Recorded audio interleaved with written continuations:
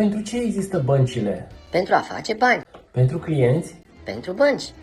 Dar de ce publicitatea bancară nu menționează asta? N-ar fi de folos, dar este menționat implicit în referințele la rezervele băncii. Aceștia sunt banii pe care banca i-a făcut. De la clienți? Presupun că da. Ei mai menționează și activele. Și pe acestea le-au făcut? Nu chiar. Aceștia sunt banii pe care îi folosesc pentru a face bani. Înțeleg. Și îi păstrează undeva, într-un seif. Nici vorbă. Îi împrumută clienților. Deci nu iau la îndemână. Nu. Atunci cum de sunt considerați active? Ei susțin că ar fi dacă i-ar primi înapoi. Dar totuși, trebuie să aibă niște bani într-un seif undeva. Da, au. Aceștia sunt considerați pasive. Cum așa? Odată ce i-au primit, îi datorează în același timp și altcuiva? Da, pentru că nu sunt ai lor. Atunci de ce dispun de ei? Le-au fost împrumutați de către clienți.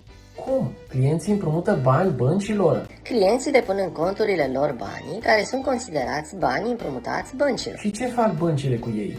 Îi împrumută mai departe altor clienți. Dar spuneați că banii împrumutați altora sunt considerați active. Da, Nu pricep. Activele și pasivele sunt același lucru? nu chiar.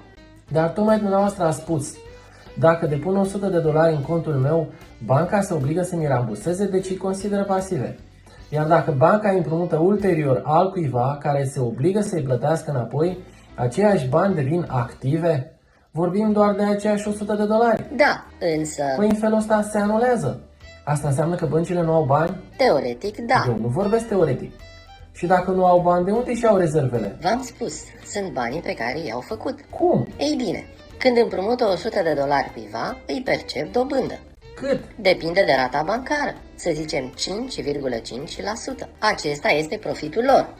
De ce nu e profitul meu? Nu sunt banii mei? Teoria practicii bancare spune că, Când le împrumut 100 de dolari, eu de ce nu le percep dobândă? ba chiar o faceți. Serios? Cât? Depinde de rata bancară, să zicem 0,5%. Cred că glumiți. Dar asta doar dacă nu vă retrageți banii din nou. Bineînțeles că intenționez să-i retrag. Dacă n-aș fi vrut să-i retrag, aș fi putut să-i îngrop în grădină, nu credeți? Banca nu vrea ca să-i retrageți din nou. De ce? Dacă îi țin în bancă, spuneați că sunt pasive pentru ei.